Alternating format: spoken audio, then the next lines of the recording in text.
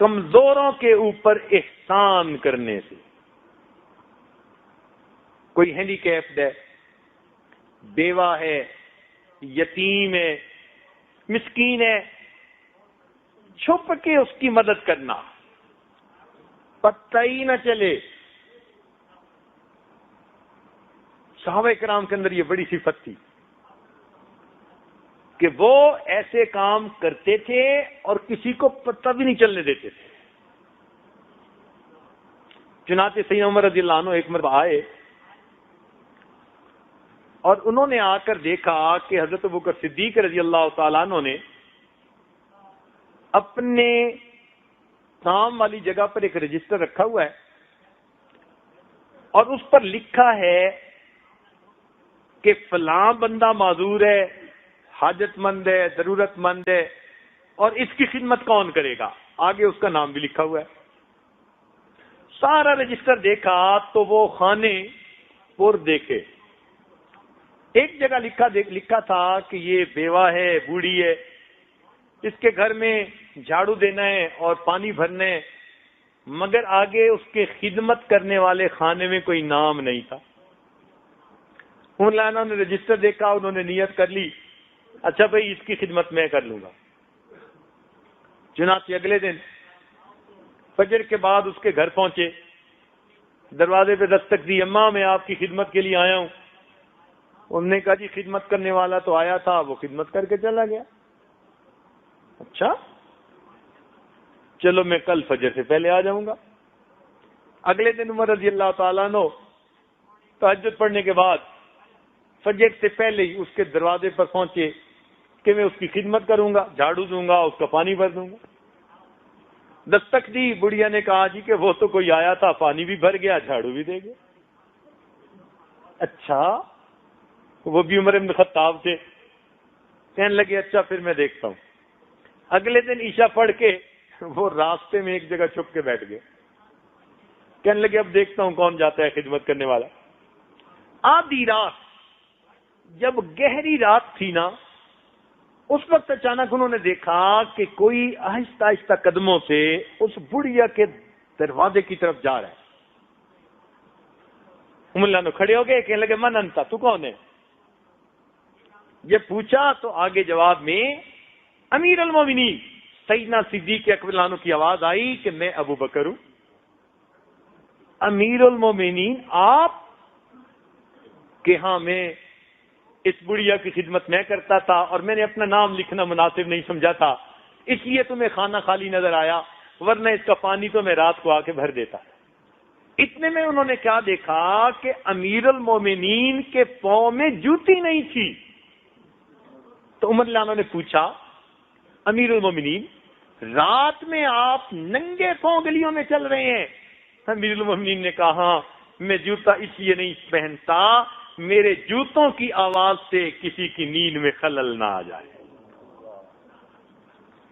میرے جوتوں کی آواز سے کسی کی نیند میں خلل نہ آئے، میں رات کو ننگے پاؤں چل کے اس بڑھیا کا پانی بھر دیتا ہوں، اس کے گھر میں جھاڑو دے دیتا ہوں. ایسا اللہ کی رضا کے لیے کام کرتے تھے. تو ہم بھی اگر کسی پر احسان کریں تو یوں چھپ کے کریں. آج تو ہماری حالت یہ ہے نا کہ ہم دائیں ہاتھ سے گناہ کرتے ہیں، بائیں کو پتہ نہیں چلنے دیتے، ایسے چھپ کے گناہ کرتے ہیں. صحابہ کرام دائیں ہاتھ سے صدقہ کرتے تھے اور بائیں ہاتھ کو پتہ نہیں چلتا تھا. امام زین العابدین رحمۃ اللہ علیہ جب ان کی وفات ہوئی تو نہلانے والے نے، غسال نے دیکھا کہ ان کے کندھے کے اوپر نا ایک کالا سا نشان ہے. اللہ نے ان کو بڑا خوبصورت جسم دیا تھا، بڑے نازک بدن تھے، اور اللہ رب العزت نے سیمی تن بنایا تھا ان کو. اتنا خوبصورت جسم اور ایسا کالا سا نشان. تو غسل دینے والا بڑا حیران ہوا، بات سمجھ نہ آئی. تو اس نے پوچھا گھر کے لوگوں سے، بھئی یہ نشان سا کیسا تھا؟ ہمیں بھی نہیں پتا. بات ان کی اہلیہ تک پہنچی، جی نشان کیسا تھا؟ کہا جی ہمیں بھی پتہ نہیں ہے. عجیب سی بات. کئی دن گزر گئے. کئی دنوں کے بعد جو بیوائیں تھیں، جو نادار تھے، جو ہینڈی کیپ تھے، ان کے گھروں سے آواز آئی وہ کہاں گیا جو ہمیں پانی پلایا کرتا تھا. تب پتہ چلا کہ رات کے اندھیرے میں پانی کی مشک اپنے کندھے پر لے کر ضرورت مند لوگوں کے گھروں میں پانی بھرا کرتے تھے، اور زندگی میں پتہ ہی نہیں تھا کسی کو کہ آگے بھر جاتا ہے. ان کے مرنے کے بعد پتہ چلا. یہ جو خدمت ہے نا، یہ اللہ تعالیٰ کو بڑی محبوب. چنانچہ ہمارے نقشبند سلسلہ کے بزرگ حضرت خواجہ بہاؤالدین نقشبند بخاری رحمت اللہ علیہ، ان کے بارے میں لکھا ہے کہ ایک مرتبہ جا رہے تھے تو انہوں نے قبرستان میں نا ایک زخمی کتے کو دیکھا. زخمی کتے کو دیکھا تو ان کے دل میں بڑا اثر ہوا کہ یہ کتا ہے اور زخمی ہے. تو ان کے پاس جو کچھ پیسہ تھا انہوں نے اس کی مرہم پٹی پہ لگا دیا. اب وہ روزانہ کاروبار کرتے، یعنی مزدوری وغیرہ جو تھی وہ کرتے، کچھ گھر والوں کو دیتے، اور جو بچہ وہ روٹی لے کر اس کتے کو وہیں ڈال آتے جہاں وہ زخمی حالت میں پڑا ہوا تھا. چند دن اس کتے کو وہ کھانا دیتے رہے اور اس کے زخم پہ مرہم لگاتے رہے، حتیٰ کہ وہ کتے کا زخم بھی ٹھیک ہوا اور وہ صحت مند بھی ہو گیا. جب وہ صحت مند ہو کر اس جگہ سے بدل کر جگہ چلا گیا، اللہ نے اس رات ان کو معرفت کا نور عطا کیا اور سلسلہ عالیہ نقشبندیہ کی نسبت کی تفصیلات عطا فرمائی.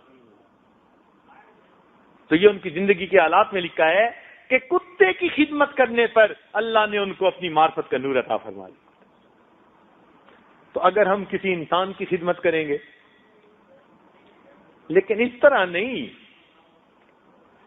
کہ زکوٰۃ کا مال اکٹھا کیا، جی میں انڈیا میں 200 بچیوں کی شادی کرواتا ہوں، اور پھر اس کو پبلش بھی کر دیا، اور وہاں جا کر مجمع لگایا.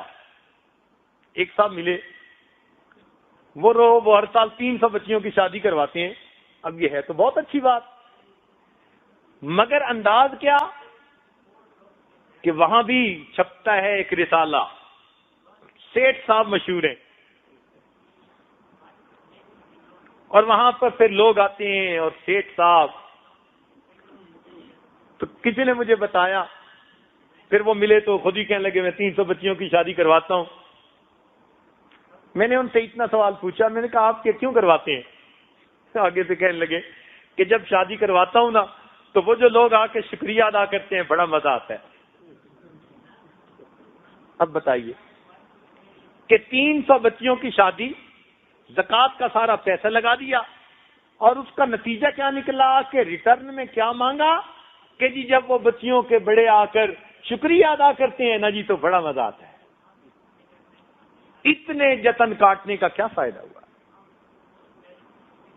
نہیں، دنیا میں نام نہیں چاہیے، دنیا کی ہمیں واہ نہیں چاہیے، ہمیں اللہ کے لیے کام کرنا ہے. تو ایک استغفار کرنا، دوسرا صدقہ کرنا، تیسرا کمزوروں پر احسان کرنا، اور چوتھا تقوی اختیار کرنا.